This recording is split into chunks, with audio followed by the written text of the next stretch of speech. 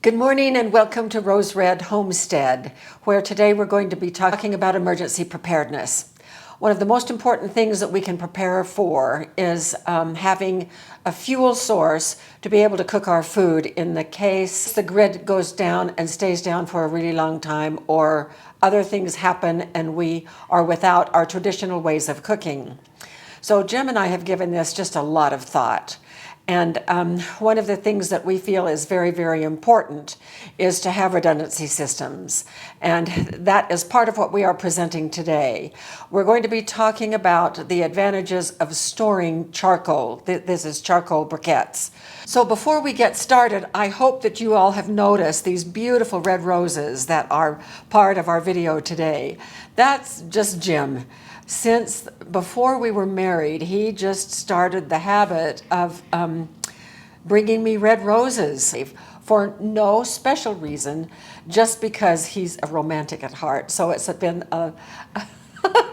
he's blushing. Between that and a poem that he wrote me, I was a goner. So anyway, today's topic is, of course, charcoal and why we would want to store charcoal in the first place. So we're going to get into that and to tell you some of our plans, share that with you, in the hopes that we can all be better prepared if the time comes when that becomes necessary. So first of all, we're going to talk about the three different types of charcoal. So I'm going to go back here to the board. There are essentially three different types of charcoal. There are a couple of others that are a little bit more obscure that we're not considering. So the ones that are the most widely available are these three. First of all, we have the original briquettes, and I have a great big bag of those sitting out, you probably saw in the opening. But these original briquettes, it's a wood product made with sawdust and wood and additives, a few other things. They are slow and dependable heat. They are quite affordable. They're readily available, so that's a good thing. They have, however, in their binders and additives, the glue that keeps everything together can produce a chemical smell and taste to your food if you're not careful. To minimize this, it is best to get these started and burn them until there's gray ash all over, and then you start cooking, and that minimizes that chemical effect with your food. Then there is lump charcoal. Lump charcoal does not look like this. It looks like pieces of wood in all different shapes, usually kind of thin, and it is processed a little bit differently. It doesn't quite have the additives that the original briquettes do. It burns faster, it has a hot and smoky aroma, and it burns hot. And so it is really good for high heat grilling. The downside of these is that it is not a consistent heat. So sometimes it is difficult to adjust the temperature, and Jim found that to be true. We used to have one of those red Komodos, just kind of like a big green egg that you may be familiar with. We have since sold it because we just couldn't regulate it. It was just a pain in the neck, and so we got rid of it. But a lot of people have mastered that. We never could. It is quite a bit more expensive, not just in a cost per pound, but also because it burns so fast, you use more of it. Then there is a type that is called hardwood briquettes, also called professional. It's back to this common shape, made from hardwood instead of just a whole collection of different woods. And it has fewer of the chemical additives that the traditional briquettes have, and so it is used a lot for professional competitions and grilling and that sort of thing. It's also more expensive, but it gives also a consistent, slow-burning heat, and then it pretty much eliminates that chemical taste. So, to get back to the original question we started with is, why store it? Well, because here's a list of the best reasons why. It is a wonderful addition to a redundancy plan. Now, for redundancy, for emergency preparedness, it is always good to have redundancy plans. We never know what type of emergency we might be faced with, and having to turn our world upside down a little bit in terms of how we do things and how we acquire things. It may not go according to a plan if all we have is a single plan. And so it is good to have multiple ways of accomplishing the same thing. And that goes especially for food preparation, which is one of the most important things that we would be doing in order to survive, of course. And so I'm just going to share with you what our redundancies are. We have solar, and we use that solar for our Bluetti solar generators. And we have shown our Bluettis many times. Now, we have 4 of them of different sizes, and they're very portable, and so we can take those with us if we need to. So that is a great redundancy plan. And it provides electricity for us to run all kinds of appliances, including cooking appliances when needed. Then we also have wood or other biomass, like leaves and twigs and burnable things produced from plants. And so where we live, this is a very viable option for us because we're kind of out in the wilderness, and there's all kinds of growth that produces dead wood for us all the time. And we have trees galore on our property that provide plenty of dead leaves that we keep trying to give to the neighbors via the wind, but sadly that's not working too well for us. And so that is also one of the ways that we have planned. And so we also have propane and butane. Appliances that will provide us. We have a propane oven, we have propane cooktops, we have a butane cooktop burner. I use that little butane burner all the time in our videos, so I'm sure many of you have seen that many times. And now, to round everything out and make us far more versatile, we are going to be adding charcoal. So this is our redundancy plan for preparing food off-grid. So redundancy plan, heat source for off-grid cooking. Then the briquettes that we use from this type are right here. These are the ones that we are storing and have for quite a few years, these original briquettes that are like those that are right here in this great big box of Kingsford charcoal briquettes. They are uniform in size, and it's easy to calculate the usage. And so when you are planning to have a year's supply of charcoal, it is good to know how many of these you're going to be using in a week so that you can calculate how many bags you need to store for a year, and we're going to get to that in just a minute. Then they are relatively inexpensive, and that said, they, like everything else, have increased in price. It used to be that you could get, in fact, you can see that this is part of a 2-pack. I believe we probably got this at Costco several years ago. So this is 2 20-pound bags for a given price. And it is very rare now to find 20-pound bags, because one way they increase the price of things is to make the packages smaller, which they have done. Mostly now you can find charcoal not in 20-pound bags, but in 16-pound bags for the original price or more. And then in terms of pricing, even though it is relatively inexpensive, as we're trying to talk about, be careful. If you're going to be buying online, watch the prices. I just did a little research yesterday on the basic prices of the twofers, 2 packs for a given price, and they have those at Home Depot, at Lowe's, at Walmart, at a lot of different outlets, and the price is about $10 per bag, so $20 per package of 2.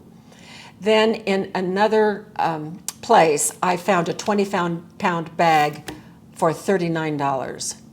And so if you know that you're going to be spending about $10 per bag for 16 pounds, you know how obnoxious it is for an additional 4 pounds of charcoal to pay an extra $25. That is just ridiculous.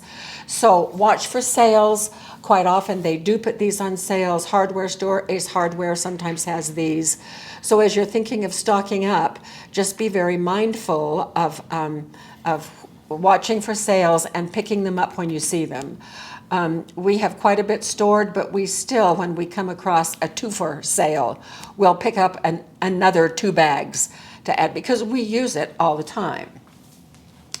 Then the other thing is that it stores well indefinitely.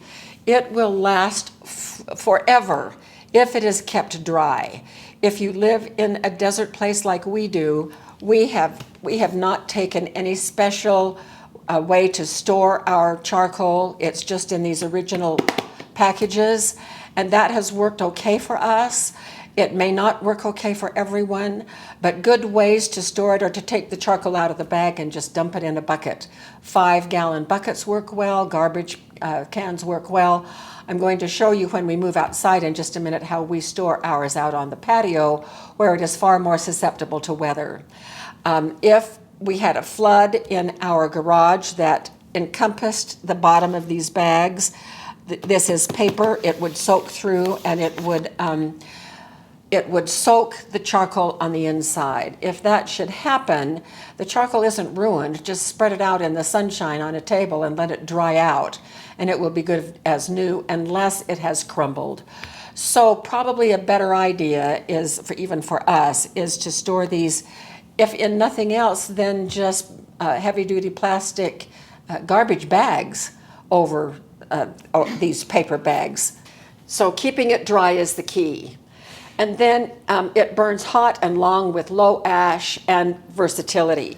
The versatility comes in because if we are looking at difficult times, this is a great commodity to have for bartering. And so get some extra so that you can use it for bartering for things that you need. It can also be used for survival heating with a huge big caveat. And on both sides, here and here on this bag, here is the warning. Carbon monoxide hazard. Burning charcoal inside can kill you. It gives off carbon monoxide, which has no odor. Never burn charcoal inside homes, vehicles, or tents. So just know that we cannot ever, under any circumstances, burn charcoal in the house. And so we could use it for emergency heating, but we would have to be outside to do that. And then if you're into blacksmithing, charcoal is also a great thing to have. It's very versatile in those regards. So how do we calculate how much is needed for a year, for instance? The Lodge company that makes cast iron cooking equipment and has made most of our Dutch ovens that we have, has a chart for how many of these briquettes are needed to cook at a certain temperature. And so for a 12-inch Dutch oven, which I use all the time and is most likely the most popular size, according to their figures, it takes 25 of these briquettes. It takes about 15 minutes to get them started, and then they will burn for about an hour's worth of cooking time. And that would take you up to 350 degrees. So they have a chart that starts at about, I don't know, well, I do know. I've got the chart right here. Let's see. It starts at 325 and goes up to 450, telling you how many briquettes you need for an 8-inch, 10-inch, 12-inch, and a 14-inch Dutch oven. And I'm going to put the link to that chart in the description of this video so that you can have and download a copy of it. But what we're going to do is do a little bit of calculation on a 12-inch Dutch oven, 25 briquettes. It will go at 350 degrees Fahrenheit for 60 minutes, so that is one cooking session. It will last about an hour for 25 briquettes. So in a 20-pound bag, that will give you, and that's this right here, at that rate, that would give you 16 cooking sessions. Whether you were baking bread for one of those sessions or baking or preparing a meal, you could use it 16 times at 25 briquettes each. I measured the weight of 5 different briquettes, and I did it several times, and got an average weight and then multiplied that by 5 to bring it up to 25, and it is about 1¼ pounds per cooking session. So if you divide 20 pounds by 1.25, which is the amount you would need for 25 briquettes, then you will have 16 sessions. If you do 2 sessions per week, that means that this bag would last 8 weeks. It's a 20-pound bag for 8 weeks. And then rounding up, it would be about 7 bags per year if you cooked with it twice a week. Now for a 16-pound bag, of course it goes down. There's only 13 sessions. Twice a week yields about 8 bags per year. And so that's about how many you would have. Now, one caveat about this is that Lodge has done their calculations. When Jim and I do our Dutch oven cooking outside, we have found that those briquettes need to be refreshed sooner than an hour, and so we're using more. So there's error built into any system like that. So just know that this is a best case scenario, but I would add extra to compensate for the times when you're going to need to add extra briquettes. So I want to go outside and show you the two ways we have of burning briquettes right now and why I'm not satisfied with them. So let's head outside. So these are the 2 pieces of equipment that we have. We have several more of these in different sizes, but this is our 12-inch Dutch oven, and this is our EcoZoom rocket stove. And we have shown both of these in many videos. This can burn biomass of any kind, including charcoal, and then this is a charcoal only. And so this little cook table is what we use for charcoal cooking. The problem with these is that these are limited in the scope of what they can do. Yes, I can use this as an oven, and it is versatile in the space that is inside these Dutch ovens, but this requires 25 briquettes. And if I go to a larger size, it even requires up to 35, and that's for an hour of cook time.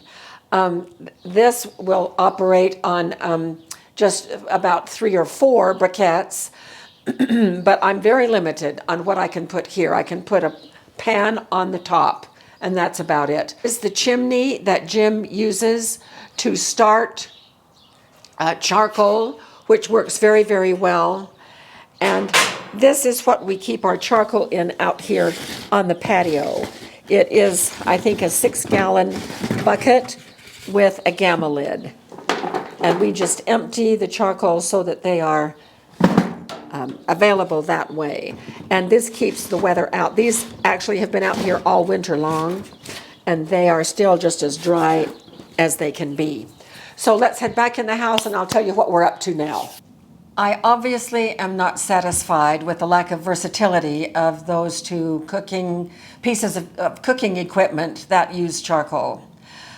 Given that no single appliance or piece of equipment is completely perfect, I still have yearned for a long time for something that is more versatile than those, given the fact that this charcoal is inexpensive, easy to control, easy to calculate how much we need, and all of the things that we have run through on the reasons why we should store charcoal. I want a charcoal burning piece of equipment that is far more versatile than what I have. We've had a challenging time finding anything. For the past couple of days, Jim and I have looked and looked. We've done a ton of research. We have watched videos. We have read lots of evaluations and reviews of different pieces of product. The big thing when you start doing a search is they'll do tabletop camping grills. Well, I want more than just a grill. A grill is fine. I can grill several different ways, but I am wanting something that is lightweight, versatile, and that reduces the amount of charcoal used. I need something that is more energy efficient. Now, we think that we have found something, and we read a review last night that clinched it, and we'll be sharing all of that with you in another video. That product is due to arrive here in a couple of days. We are going to try it out, and you all know what our procedure is on equipment. We do not recommend or show equipment unless we have used it and love it ourselves. Then and only then does it go in our Amazon store or we feature it on our videos. But we're very, very hopeful that this piece of equipment is going to be the answer to giving us lots more versatility and turning the redundancy plan for our using charcoal as one of our ways of cooking into a premier way of doing our cooking. So we will see. So look forward to that video. It will be up and coming just as soon as we are have the information that we need, whether or not we can recommend and share with you what we think might be a really good piece of equipment. So things to think about, redundancy systems and whether charcoal will work for you as one of yours. We think that for us, charcoal is going to be a major way that we will be cooking off-grid.